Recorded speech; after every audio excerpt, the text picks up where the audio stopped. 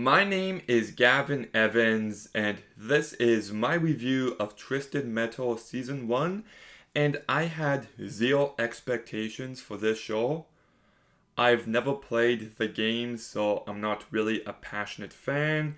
And the trailer looked really bad, but worst of all was this little clip they released of Sweet Tooth and John Doe fighting. And this clip looked truly atrocious to me. But then the reviews came out and they weren't really all that good. But then the audience started watching it and started talking about it. And they seemed a lot more positive, so I gave it a chance, and I'm glad I did because this surprisingly ended up being a pretty fun show. Is it great? No. Is it fun? Yes, and sometimes that's all you need, just a consistently entertaining show. So let's begin with the cast, and this show stars Anthony Mackie. And if you know me, you know I do not like him as an actor. I think he's incredibly bland and lifeless in every movie he's in. And this show is the exception. I was surprised at how much his performance worked for me. It took him a little bit to find his groove, but once he did, I thought he carried this show incredibly well. I thought he was funny, he was likable, he had charm and charisma. I really liked him.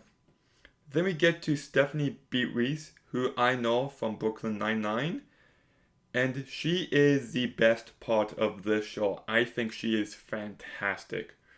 She showcases so much emotional range, and she really hits those notes when she needs to. She's also really funny when she needs to.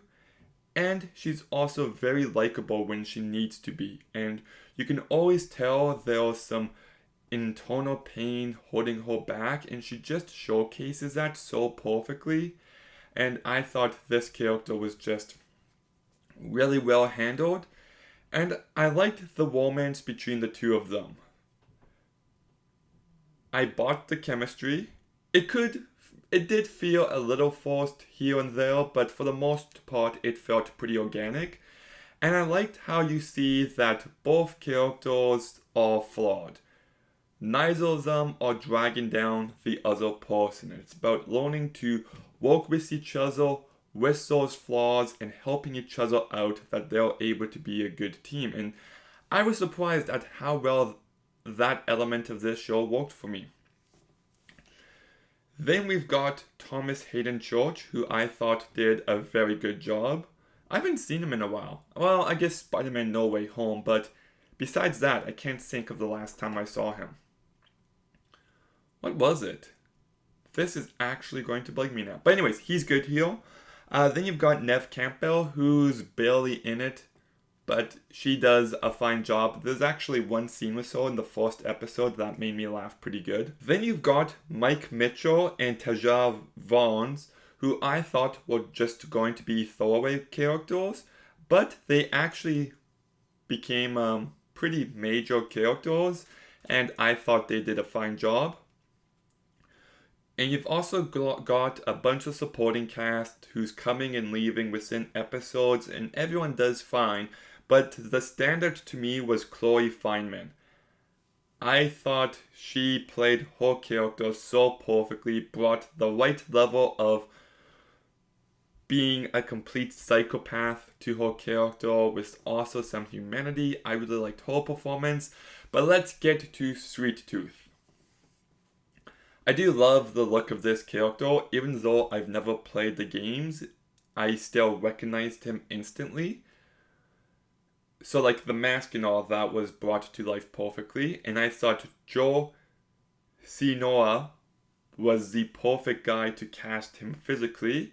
And Will Arnett as the voice also really worked for me. So to be honest, I actually ended up liking this character quite a bit. And I kind of love how unhinged and crazy he was. The character did have a level of depth to him that was well showcased, and yeah, so the cast and the characters were all really good for the most part, and they're what keeps this show going. But now we get to the most divisive issue regarding it, and it's the humor.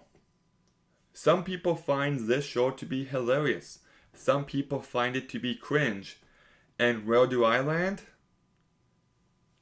I wouldn't say hilarious, but it worked for me more than it didn't. I laughed at a few jokes, and lots that I didn't laugh at, but I still thought to myself, that's funny.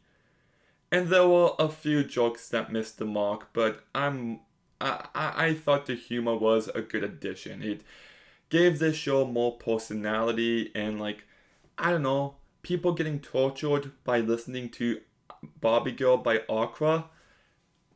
It might be lame to some, but I liked it, so that's not an issue for me.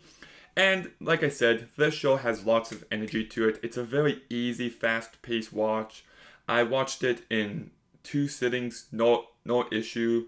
I also do like just how brutal this show could be in moments. Like, it's definitely R-rated, but I like how it doesn't try too hard to be dark and gritty and edgy. You know, I feel like too many shows do that. They get the R rating and they just go all out. Like Joyride, that terrible movie that came out a month ago. It got an R rating and, like, it feels like they're trying way too hard the entire time. And I do like the amount of blood here.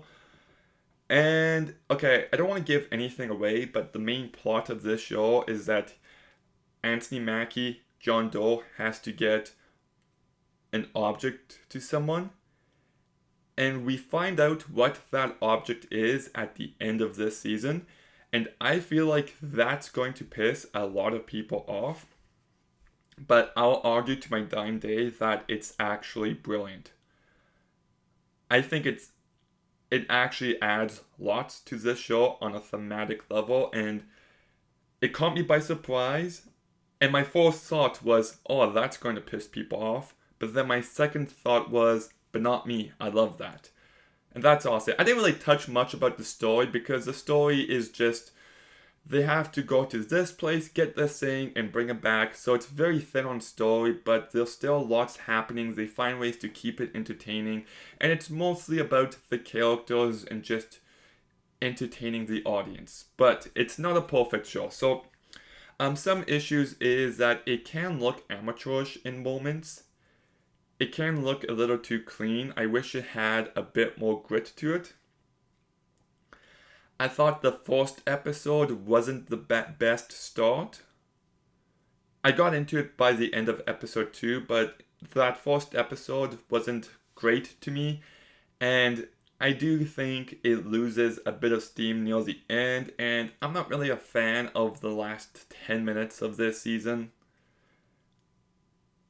Like, I'm looking forward to season 2, but I don't know. I thought it ended on a bit of a messy note.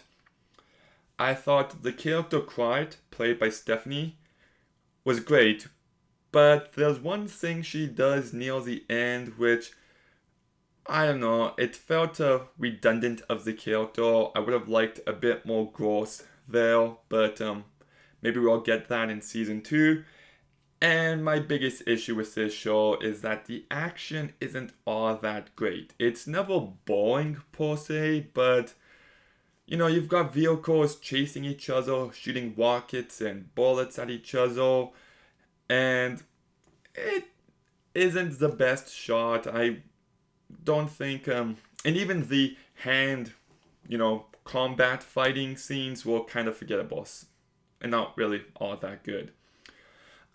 So yeah, overall, Twisted Metal. I did like it. I had a fun time with it. I've tried to watch a few shows recently and I've turned them off because of how bored I was, and that definitely wasn't the case with this one. I had fun with it. It is entertaining.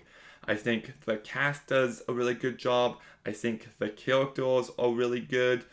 I think the show has enough energy to it, and even though I do have some issues, it's one that I would say if you're curious, give it a try. So Twisted Metal Season 1 gets a 6.5 out of 10. Okay, have you seen Twisted Metal Season 1? What did you think? Let me know in the comments down below. Make sure you like, comment, subscribe. Stay tuned for more videos soon. And Gavin, out.